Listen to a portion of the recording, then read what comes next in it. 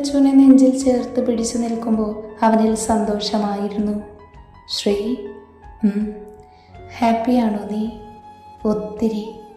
മുഖം അവൻ്റെ നെഞ്ചിൽ അമർത്തി മുറുക്കെ പുണർന്നു അവൾ. അവളെ ചേർത്ത് പിടിച്ച് കിടക്കുമ്പോൾ അവൻ്റെ ഓർമ്മകൾ അവളെ ആദ്യമായി കണ്ട നിമിഷത്തിലേക്ക് പോയി. അഗ്നി, നിന്റെ വർക്ക് കഴിഞ്ഞു? ക്യാബിൻ്റെ ഡോറ് തുറന്ന് അകത്തേക്ക് വന്ന് കിച്ചു ചോദിച്ചു. തീർന്നു. എന്താടാ? കോളേജ് വരെ ഒന്ന് പോകണം. എന്തിനാ? ചെറിയ മീറ്റിംഗ്, പ്രിൻസിപ്പൾ വിളിച്ചു. ഓ, ഞാൻ മറന്നു, ഇന്നലെ എന്നോട് പറഞ്ഞിരുന്നു. പെട്ടെന്ന് തന്നെ അഗ്നി ലാപ്ടോപ്പ് ക്ലോസ് ചെയ്ത് ബാഗിലേക്ക് വെച്ചു. പോകാം. കോളേജ് എത്തിയതും കിച്ചു ഓഫീസിലേക്ക് നടന്നു. ഫോൺ വന്നതുകൊണ്ട് അഗ്നി അവന് പിറകിൽ സംസാരിച്ചുകൊണ്ട് നടന്നു വരുവാണ്. പെട്ടെന്ന് ആരോ ദേഹത്തേക്ക് വന്ന് ഇടിച്ചു വീണതും അവൻ്റെ കയ്യിൽ നിന്ന് ഫോൺ താഴേക്ക് വീണു. അവൻ്റെ മേലേക്ക് വീണ ആളെ അവൻ പിടിച്ചു. പേടിയോടെ നെഞ്ചിലേക്ക് ചേർന്ന് നിന്നത് ഒരു പെണ്ണാണെന്ന് മനസ്സിലാക്കിയപ്പോൾ അവനൊന്ന് ഞെട്ടി. അടർത്തി മാറ്റുന്നതിന് മുന്നേ അവൾ മാറി അവൻ്റെ മുഖത്തേക്ക് നോക്കി. സോറി. പെട്ടെന്ന് അത്രയും പറഞ്ഞ് അവൾ ഓടിപ്പോയി. അവൾ പോയ വഴി കണ്ണുമിഴിച്ചു നിന്നു. അഗ്നി, കിച്ചു വിളിച്ചത് നിലത്തുനിന്ന് ഫോണെടുത്ത് കോള് കട്ട് ചെയ്തവൻ അവൾ പോയ വഴിയെ നോക്കി ഓഫീസിലേക്ക് നടന്നു. മീറ്റിംഗ് കഴിഞ്ഞ് തിരിച്ചു പോകുമ്പോഴും അവൻ ചുറ്റും നോക്കി. അവളെ കാണാതെ വന്നതും അവനിലൊരു നിരാശ വന്ന് മൂടിയെങ്കിലും അത് മറച്ചു വെച്ചു അവൻ. പിന്നെയും ദിവസങ്ങൾ കടന്നു പോകുമ്പോൾ കോളേജ് കാര്യത്തിൽ അവൻ കുറച്ചുകൂടെ ശ്രദ്ധിച്ചു. അവളുടെ ഡീറ്റെയിൽസ് എടുക്കണമെന്ന് തോന്നിയെങ്കിലും ആരായെന്തെന്നറിയാതെ അവൻ വലഞ്ഞു. പിന്നെ അത് മറക്കാൻ നോക്കിയെങ്കിലും ഇടയ്ക്ക് സ്വപ്നമായി അവന് തെളിഞ്ഞു വന്നു. പ്രണയമാണെന്ന് മനസ്സ് വാശി പിടിച്ചപ്പോഴും ബുദ്ധി സമ്മതിച്ചില്ല. കല്യാണം നോക്കിയപ്പോഴും മനസ്സിൽ അവളായിരുന്നു. എങ്കിലും വേണ്ട എന്ന് വെച്ചു. പക്ഷെ വിധി എന്ന് ഒന്നുണ്ട്, അത് അവളെ തനിക്കു നൽകി. ഉറങ്ങിക്കിടക്കുന്നവളെ നോക്കി നെറ്റിയിൽ മുത്തി അവളെ പൊതിഞ്ഞു പിടിച്ചു അവൻ. സാരി ഉടുത്ത് ഒന്നുകൂടെ കണ്ണാടി നോക്കി റെഡിയാക്കി അവൾ പുറത്തേക്കിറങ്ങി. ദേവേട്ട, ഞാൻ റെഡി. ആ, പോവാം. അവളെ ചേർത്ത് പിടിച്ചവൻ ചോദിച്ചു. രണ്ടുപേരും വരുന്നത് കണ്ടതും എല്ലാവരുടെയും കണ്ണു വിടർന്നു. പോയിട്ട് വാ മക്കളെ. ഇനിയും നിന്ന വൈകുമെന്ന് തോന്നിയപ്പോൾ അച്ചമ്മ പറഞ്ഞു. ആ. അവർ പോയതും എല്ലാവരും അവരുടെ തിരക്കിലേക്ക് തിരിഞ്ഞു. അമ്പലത്തിൽ ചെന്നപ്പോൾ തിരക്കൊന്നുമില്ല. അതുകൊണ്ട് വേഗത്തിൽ തൊഴുതിറങ്ങി. വീട്ടിലെത്തിയതും ഡ്രസ്സ് ചേഞ്ച് ചെയ്ത് ഭക്ഷണം കഴിച്ച് അഗ്നി ഓഫീസിലേക്കും ലച്ചു കോളേജിലേക്കും പോയി. ക്ലാസ് കഴിഞ്ഞ് വീട്ടിലെത്തിയപ്പോൾ എല്ലാവരും ഹാളിലുണ്ട്. എന്തെല്ലാവരും കൂടെ ഒരു ചർച്ച? അതൊക്കെ ഉണ്ട്, വേഗം ഫ്രഷായി വാ. ശരി. കാര്യം പറയാതെ പരിഭവത്തിൽ കല്ലു ചാടിത്തുള്ളി പോയപ്പോൾ ലച്ചു ചിരിയോടെ മുറിയിലേക്ക് പോയി. കുറച്ചു കഴിഞ്ഞവർ ഫ്രഷായി വന്ന് ചായ കുടിച്ചു. ഇനി പറ, എന്തായിരുന്നു ചർച്ച? ഓ, ഒരു കല്യാണക്കാര്യം. ആർക്ക്? നിനക്കല്ല, എനിക്കല്ലെങ്കിൽ പിന്നെ ഏട്ടനോ? അവളുടെ കണ്ണ് മിഴിഞ്ഞു വന്നു. ലച്ചുവും അവനെ ഞെട്ടി നോക്കി. അഗ്നി അവരെ തന്നെ നോക്കിയിരിക്കുവാണ്. അപ്പോൾ ആദു? കല്ലു അറിയാതെ ചോദിച്ചു പോയി. അതോടെ എല്ലാവരുടെയും ചിരി അവിടെ മുഴങ്ങിക്കേട്ടു. ലച്ചുവും കല്ലുമൊന്നും മനസ്സിലാവാതെ പരസ്പരം നോക്കി. എടി പൊട്ടിക്കാളി, നിന്നെ പറ്റിച്ചതാ, അതുപോലെ നിങ്ങൾക്ക് മനസ്സിലായില്ലേ? അതോടെ കല്ലു മുഖം വീർപ്പിച്ച് തിരിഞ്ഞിരുന്നു. ഇന്ന് വൈകിട്ട് ഒരു പ്രോഗ്രാമുണ്ട്, അതിനെപ്പറ്റി സംസാരിച്ചതാ. എന്ത് പ്രോഗ്രാം? അതൊക്കെ വൈകിട്ട് അറിയാം. കുറച്ച് കഴിഞ്ഞതും അഗ്നിയുടെ ഫോൺ റിങ് ചെയ്തു. അവൻ ഫോൺ എടുത്ത് പുറത്തേക്ക് ഇറങ്ങി. സംസാരിച്ചു കഴിഞ്ഞതും അവൻ അകത്തേക്ക് വന്നു. കിച്ചു കാർത്തിയെ വിളിച്ച് അച്ഛനെയും അമ്മയും കൂട്ടി വരാൻ പറയണേ. ആ. അഗ്നി ജയനെ വിളിച്ചിട്ടില്ലേ? ഉണ്ട്, ഞാൻ ആദിയോട് പറഞ്ഞിട്ടുണ്ട്. എപ്പോഴാ പോകുന്നേ? 7 മണിയാകുമ്പോൾ സ്റ്റാർട്ട് ചെയ്യും. 6:30 ആകുമ്പോൾ ഇറങ്ങാം. എന്നാൽ പിന്നെ എല്ലാവരും പോയി കുളിച്ച് റെഡിയായി തുടങ്ങിക്കൂ, സമയം 6 എല്ലാവരും അവരവരുടെ മുറിയിലേക്ക് പോയി. ലച്ചു അഗ്നിയെ നോക്കി. അവൻ അവളെ മൈൻഡ് ചെയ്യാതെ ഫോൺ ടേബിളിൽ വെച്ചു. ദേവേട്ട, എന്ത് പ്രോഗ്രാമാ? അതൊക്കെ ഉണ്ട്, നിനക്കുള്ള ഡ്രസ്സ് അവിടെ വെച്ചിട്ടുണ്ട്, അതിട്ട് റെഡിയായി വാ. അവൾ ചുണ്ടുകൂട്ടി വാഷ്റൂമിലേക്ക് പോയി. അഗ്നി അവൾ പോയതും ഫോണെടുത്ത് ആരെയോ വിളിച്ചു. സർ, എന്തായി കാര്യങ്ങൾ? അവനെ ഫോളോ ചെയ്യുന്നുണ്ട്. എന്തെങ്കിലും ഉണ്ടെങ്കിൽ വിളിക്കണം. Okay sir. കോള് കട്ടായതും അവൻ്റെ ചുണ്ടിൽ ഒരു ചിരി വിരിഞ്ഞു. കുറച്ച് സമയത്തിനുള്ളിൽ ലച്ച മുറിയിലേക്ക് വന്നു. അവളെ കണ്ടതും അവൻ്റെ മുഖം വിടർന്നു. ദേവേട്ട, ഞാൻ റെഡിയായി. ഓക്കെ, ഞാനിപ്പോൾ വരാം. അവൻ പെട്ടെന്ന് തന്നെ ഫ്രഷായി ഡ്രസ്സ് ചേഞ്ച് ചെയ്ത് പുറത്തേക്ക് വന്നു. അവളുടെ കണ്ണുകൾ വിടർന്നു വന്നു. അവൻ ചിരിയോടെ അവളെ ചേർത്ത് പിടിച്ച് നെറ്റിയിൽ മുത്തി. പോകാം. അവർ താഴേക്ക് ഇറങ്ങി വന്നു. എല്ലാവരും റെഡിയായി അവിടെ നിൽക്കുവാണ്. എന്നാൽ നമുക്ക് ഇറങ്ങാം. എല്ലാവരും കാറിലേക്ക് കയറി അവിടുന്ന് പുറപ്പെട്ടു. വർമ്മ ഗ്രൂപ്പിന്റെ ഹാളിലായിരുന്നു പ്രോഗ്രാം. വണ്ടി നിർത്തിയതും എല്ലാവരും ഇറങ്ങി. അഗ്നി ലച്ചുവിന്റെ കൈപിടിച്ച് കാറിൽ നിന്നിറങ്ങി. അപ്പോഴേക്കും ഫോട്ടോ എടുക്കാൻ ആളുകൾ അങ്ങോട്ട് വന്നു. മീഡിയക്കാരെ ഗാർഡ്സ് തടഞ്ഞു നിർത്തി. അഗ്നി ലച്ചുവിനെ ചേർത്ത് പിടിച്ച് അകത്തേക്ക് കയറി. അവരുടെ ഗാർഡനിലായിരുന്നു സ്റ്റേജ് ഒരുക്കിയത്. അവളെയും കൂട്ടി അങ്ങോട്ട് നടന്നു. ഒരുപാട് പേരൊന്നും ഇല്ലായിരുന്നു അവിടെ. കുറച്ച് ഫ്രണ്ട്സ്, ഫാമിലിയും മാത്രമേ ഉള്ളൂ. കല്ലുമൈക്ക് പിടിച്ച് സ്റ്റേജിൽ നിൽക്കുവാണ്. ലച്ചു ചുറ്റും നോക്കി അവിടെ നടന്നു. നമ്മുടെ കപ്പിൾസിനെ വെൽക്കം ചെയ്യാം. അഗ്നിദേവ് വർമ്മ ആൻഡ് ശ്രീലക്ഷ്മി അഗ്നിദേവ്. അവർ സ്റ്റേജിലേക്ക് കയറിയതും പാർട്ടി പോപ്പർ പൊട്ടി. ലച്ചു പേടിയോട് അഗ്നിയുടെ കയ്യിൽ പിടിച്ചു. പേടിക്കേണ്ട പെണ്ണേ, അവളുടെ ചെവിയിൽ പതിയെ പറഞ്ഞു. ഷോൾഡറിലൂടെ കൈയിട്ട് പിടിച്ചു. കേക്ക് കട്ട് ചെയ്യാൻ പോകുക, ഫാമിലി എല്ലാവരും കയറി വരൂ. കല്ലുമൈക്കിലൂടെ പറഞ്ഞതും എല്ലാവരും അങ്ങോട്ട് കയറി വന്നു. രണ്ടുപേരും ഒരുമിച്ച് കേക്ക് കട്ട് ചെയ്തു. പരസ്പരം വായിൽ വെച്ച് കൊടുത്തു. അത് കഴിഞ്ഞ് കിച്ചു വന്ന് കേക്ക് കട്ട് ചെയ്ത് എല്ലാവർക്കും കൊടുത്തു.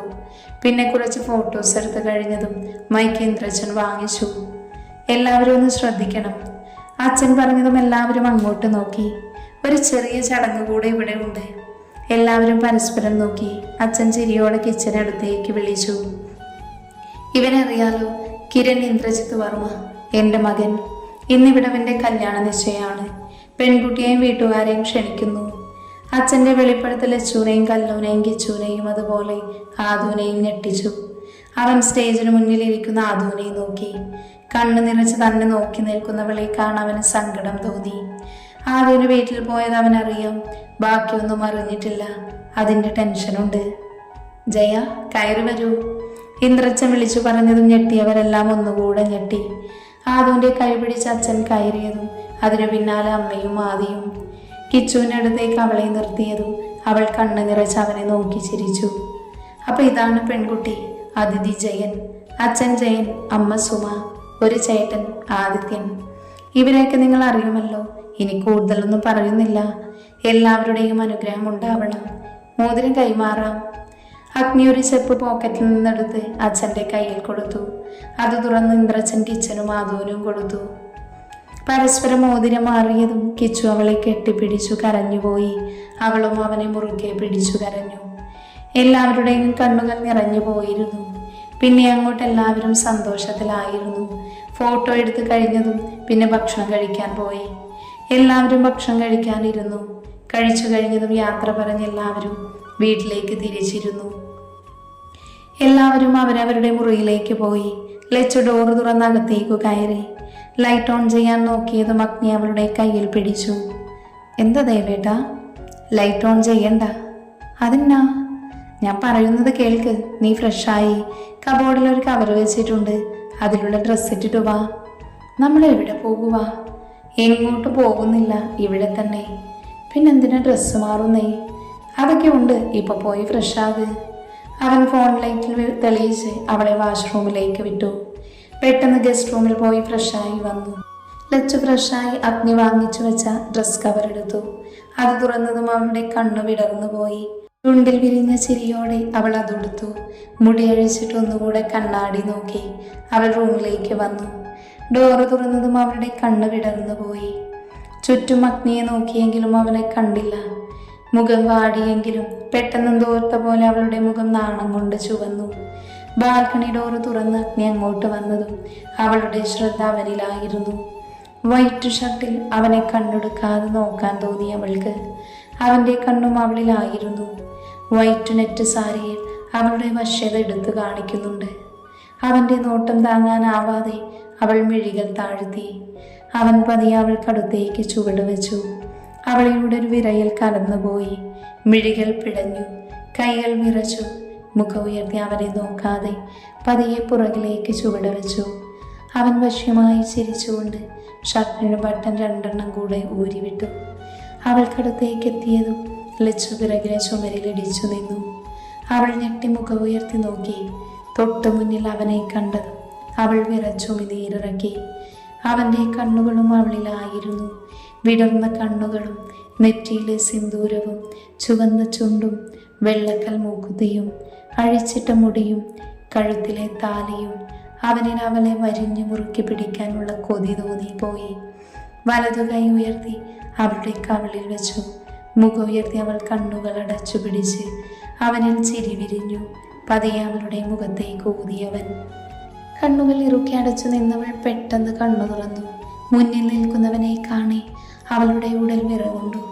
അവൻ്റെ നോട്ടം അവൾക്ക് താങ്ങാൻ പറ്റുന്നില്ലായിരുന്നു. അവൻ്റെ കൈകൾ രണ്ടും അവളുടെ കവിളിനെ പൊതിഞ്ഞു പിടിച്ചു. അവൻ്റെ മുഖം അവളുടെ മുഖത്തോടടുത്ത് വന്നതും കണ്ണുകൾ അടച്ചു പിടിച്ചു. നെറ്റിയിൽ അമർത്തി മുത്തി. അവൻ്റെ ചുണ്ടുകൾ മൂക്കുത്തിയിൽ പതിഞ്ഞു. അവിടുന്ന് ചുണ്ടിൽ വന്നു നിന്നു. പതിയെ ഒന്ന് മുത്തി. പിന്നെ കിഴിച്ചുണ്ട് കടിച്ചെടുത്തു അവൻ. അവളിൽ നിന്നൊരു മൂളൽ ഉയർന്നതും അവൻ്റെ ഇടതുകൈ അവളുടെ മുടിയിലൂടെ തഴുകി പുറംകഴുത്തിനമർത്തി പിടിച്ചു. വലതുകൈ തോളിലൂടെ തഴുകി ഇടുപ്പിനെ ഞെരിച്ചിരുന്നു. അവളുടെ കൈ അവൻ്റെ നെഞ്ചിലമർത്തി ഷർട്ടിനെ ഞെരിച്ചു. മറ്റൊരു കൈ തലമുടിയിൽ പിടിമുറുക്കി. പരസ്പരം ശരീരങ്ങൾ തമ്മിൽ അമർത്തി പിടിച്ചു ചുംബനം തുടർന്നു.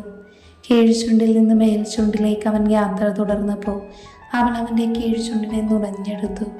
അതോടെ ചുംബനത്തിൻ്റെ ഭാവം മാറി. വന്യമായി പരസ്പരം ചുംബിച്ചു കൊണ്ടേയിരുന്നു അവർ.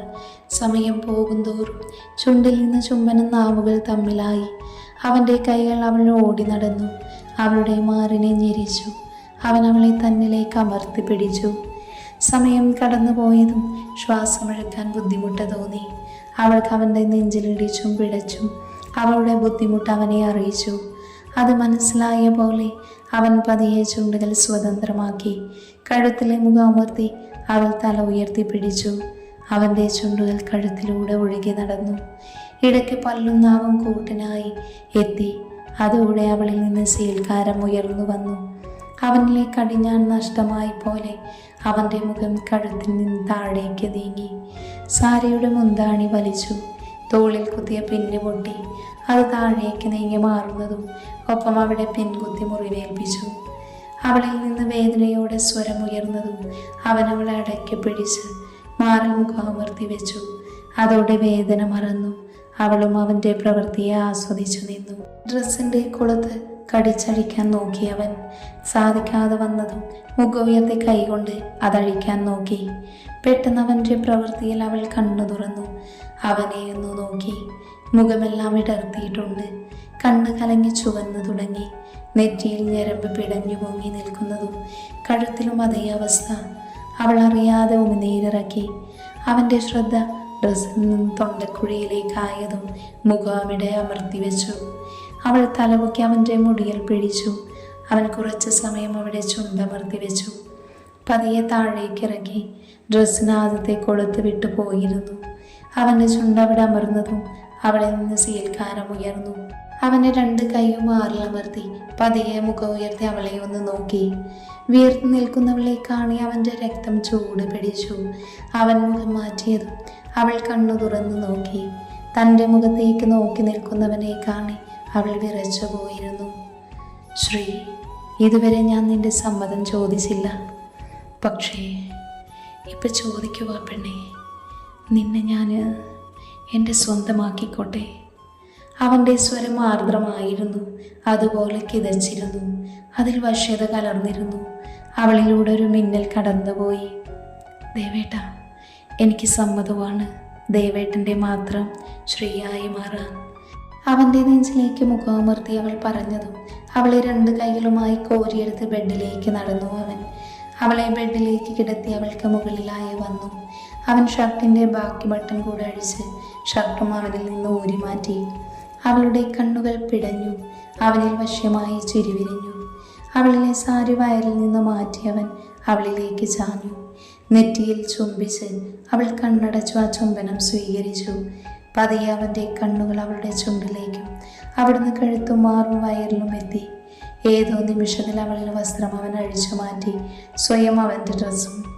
ശ്രീ, വേദനയ്ക്കും ആദ്യമായതുകൊണ്ട് ബുദ്ധിമുട്ട് തോന്നിയ പറയണം. അവളുടെ നെറ്റിയിൽ ഉമ്മ വെച്ച് കഴുത്തിലേക്ക് മുഖമർത്തി അവൻ പറഞ്ഞു. അവൾ ചിരിയോട് അവൻ്റെ നെറ്റിയിൽ ഉമ്മ വെച്ചു. സമ്മതം അറിയിച്ചു. അവളുടെ കണ്ണ് കലങ്ങി നിറഞ്ഞിരുന്നു. ഇപ്പം മാറും പെണ്ണേ. അവളെ അടക്കി പിടിച്ചവൻ പറഞ്ഞതും അവളുടെ അതിരങ്ങൾ നുണഞ്ഞുകൊണ്ട് അവൻ പതിയെ ചലിച്ചു തുടങ്ങി. വേദനിച്ചുവെങ്കിലും അവൻ്റെ ചുംബനത്തിൽ അവൾ ആശ്വാസം കണ്ടെത്തി. പതിയെ വേദന മാറി അവളിൽ നിന്ന് സീൽക്കാരമുയർന്നതും അവൻ്റെ ചലനം വേഗത്തിലായി. സമയം കടന്നുപോയി. രണ്ടുപേരും വിയർത്തു. 4 ചുമരുകൾക്കുള്ളിൽ അവളുടെയും അവൻ്റെയും സീൽക്കാരം ഉയർന്നു കേട്ടു. അവസാന നിമിഷം ഭ്രാന്ത് പിടിച്ചതുപോലെ അവൻ അവളിൽ നിറഞ്ഞാടി. കുറച്ചു സമയത്തിനു ശേഷം അവൻ അവളിൽ നിന്ന് മാറിക്കിടന്നു.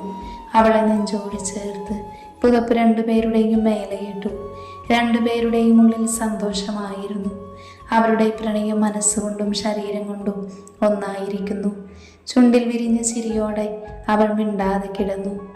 Shri, I love you. അവളുടെ നെറ്റിയിൽ അമർത്തി ഉമ്മ വെച്ച് അവൻ പറഞ്ഞതും അവളുടെ കണ്ണു വിടർന്നു. പതിയെ നിറഞ്ഞു വന്നു. ലവ് യു ദേവേട്ട. ഉറങ്ങിക്കോ, ക്ഷീണം ഉണ്ടാകും.